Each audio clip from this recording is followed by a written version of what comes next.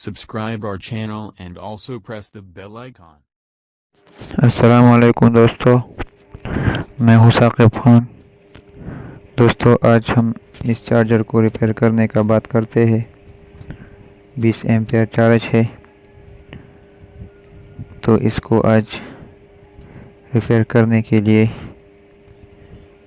लाया गया है। जब इस चार्जर को बिजली में लगाते हैं तो ये ग्रीन लाइट को शो कर देता है, लेकिन बैटरी को चार्ज नहीं देता। मैंने अब इसको बैटरी में बिजली में लगाया तो ये ग्रीन लाइट को ऑन करता है बिजली से और बैटरी से भी, लेकिन ये बैटरी को चार्ज बिल्कुल नहीं देता।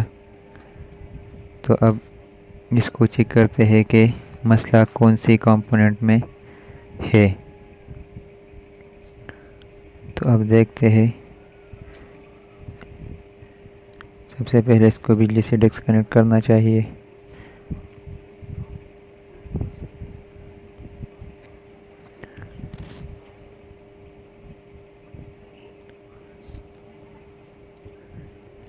इसका सर्किट बाहर निकालकर इसका फॉल्ट वो ट्रेस करते हैं कि कौन सी कंपोनेंट में ख़राबी है। तो आप देख सकते हो सर्किट बिल्कुल बॉडी से मैंने निकाला। जब इसको बिजली देता हूँ तो ये जस्ट इस ग्रीन लाइट को शो कर देता है, लेकिन बैटरी को चार्ज बिल्कुल नहीं देता। तो अब पता लगाते हैं कि कौन सा कंपोनेंट ख़राब है और इसकी वजह से ये चार्जर बैटरी को चार्ज नहीं देता। तो मल्टीमीटर को 20 के ओहम पर सेलेक्ट करें और इसमें बाजार का एक रजिस्टर लगा हुआ है, ये हीटअप हुआ है। पहले मैं इसको चेक कर देता हूँ कि यह ख़राब है या नहीं। तो ये रजिस्टर ये बिल्कुल ठीक है। थोड़ा हीटअप हुआ है लेकिन यह ख़राब नहीं है, बिल्कुल ठीक है, काम करता है। तो मसला इस रजिस्टर का नहीं है, किसी और कंपोनेंट्स में मसला है। तो अब मालूम करते हैं कि कौन सा कंपोनेंट ख़राब है। डीसी वाला सेक्शन में ज़्यादातर फॉल्ट आता है इस चार्जर के। ये डबल मास इस आईसी पर वोल्टेज चेक करते हैं। मल्टीमीटर को डीसी रेंज पर सेट करें, डीसी वोल्टेज रेंज पर, और मल्टीमीटर का नेगेटिव वाला प्रोब आईसी के पिन नंबर 7 पर रख दे। ये पिन नंबर 7 और पॉजिटिव वाला प्रोब को पिन नंबर 12 पर रख दे। तो इसके दरमियान कम से कम 12 से 14-15 वोल्ट तक वोल्टेज आना चाहिए। अब इस वक्त इस आईसी पर 13 वोल्ट तकरीबन आता है। तो इसका मतलब आईसी पर वोल्टेज बिल्कुल ठीक आता है।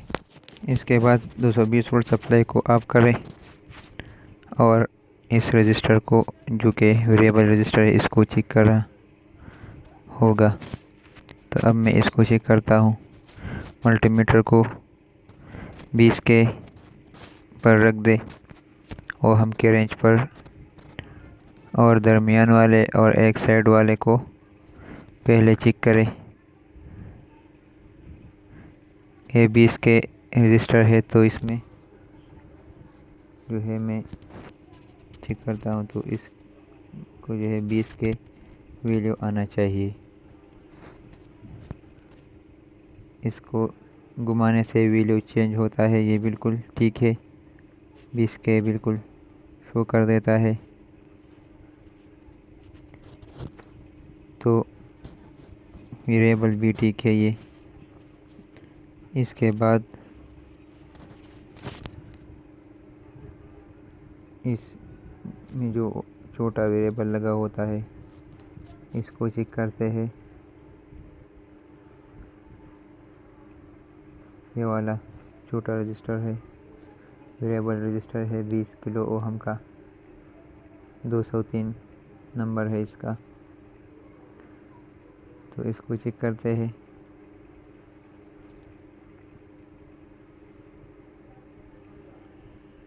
इसके कॉमन पर एक प्रोब को रखें और पहले एक तरफ से चेक करें।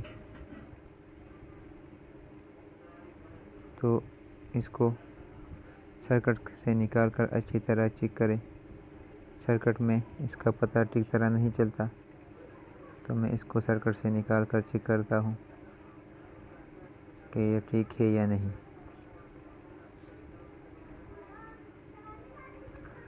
तो मैंने सर्किट से निकाला। अब मैं इसको मल्टीमीटर के ज़रिए चेक कर देता हूँ। मल्टीमीटर के ज़रिए अब मैं इसको चेक करता हूँ कि ये ठीक है या नहीं। तो दरमियान वाले से एक प्रोब को कनेक्ट कर दिया। ये बिल्कुल कट है, काम नहीं करता। आप देख सकते हो इसको, एक तरफ से भी काम नहीं करता और दूसरे तरफ से भी काम बिल्कुल नहीं करता कि कोई वीडियो शो नहीं कर देता। तो ये वेरिएबल रजिस्टर जो है वो बिल्कुल ख़राब है। इसके बाद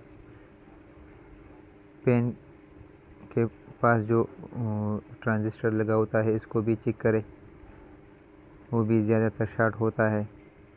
ये वाला ट्रांजिस्टर है,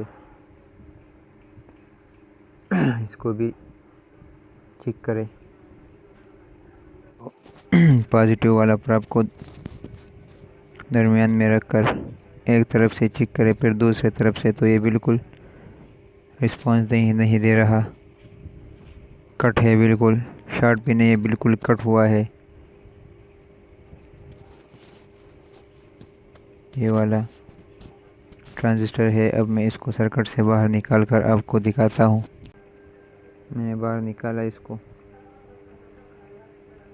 आप देख ले, ये जो है बिल्कुल डैमेज हो गया है। ये देख लो आप, बिल्कुल डैमेज हो गया है। यह ट्रांजिस्टर है, NPN ट्रांजिस्टर है जो शॉर्ट था। ये वाला बिल्कुल डैमेज है। मैं इसके बजाय, अगर आपके पास ये नहीं है तो कोई बात नहीं, कोई भी NPN ट्रांजिस्टर आप ले लें जो 2 वाट का लोड बर्दाश्त कर सकते हो। तो मैं इसकी जगह BD139 वाला ट्रांजिस्टर लेता हूँ, वो भी NPN है। मैं इसको लगाता हूँ इस सर्किट में। ये वाला ट्रांजिस्टर है BD139।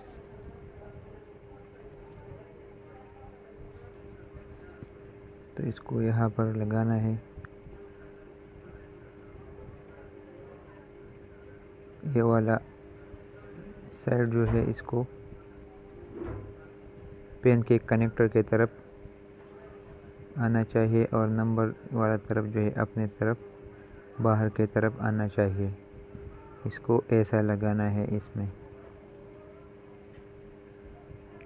इस तरीके से इसको लगाना है इस सर्किट में। अब इसको कावे के ज़रिए सोल्डर कर रहे हैं।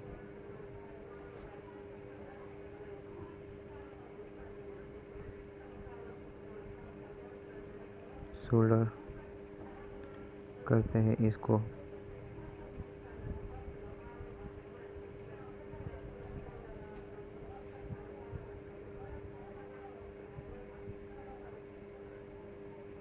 सोल्डर हो गया। अब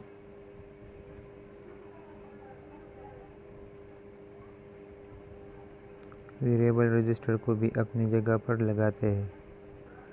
20 किलो ओहम का वेरिएबल है ये, इसको भी अपनी जगह लगाकर इसको भी सोल्डर करें। तीनों पिन्स को अच्छी तरह सोल्डर करें। दूसरा पिन और ये तीसरा वाला पिन, तीनों को अच्छी तरह सोल्डर किया तो ठीक हो गया। अब सब वायर्स को अपनी अपनी जगह लगाकर चेक करते हैं कि हमारा मसला हल हो गया या नहीं। अब इसको बैटरी को लगाते हैं, सप्लाई देकर इसको चेक करते हैं कि ठीक हो गया या नहीं।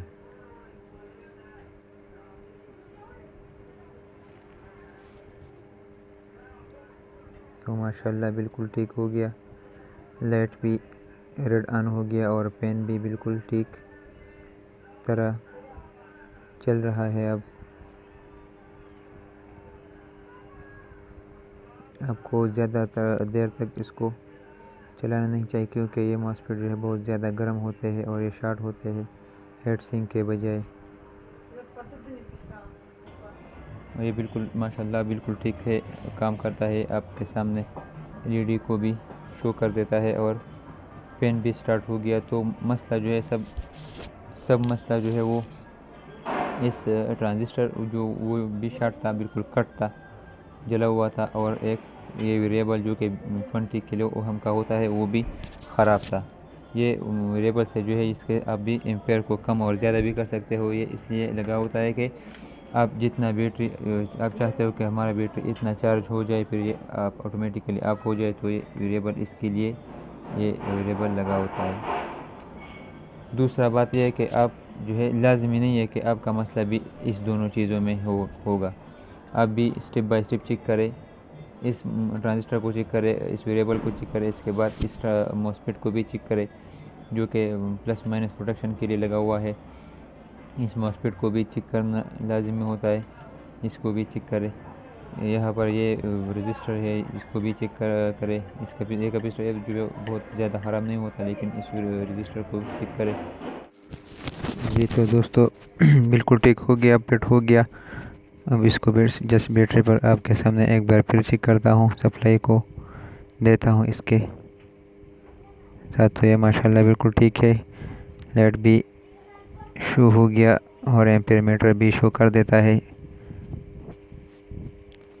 तो अपने भाई को इजाज़त दीजिए और अगले वीडियो में मिलते हैं। अल्लाह हाफ़िज़।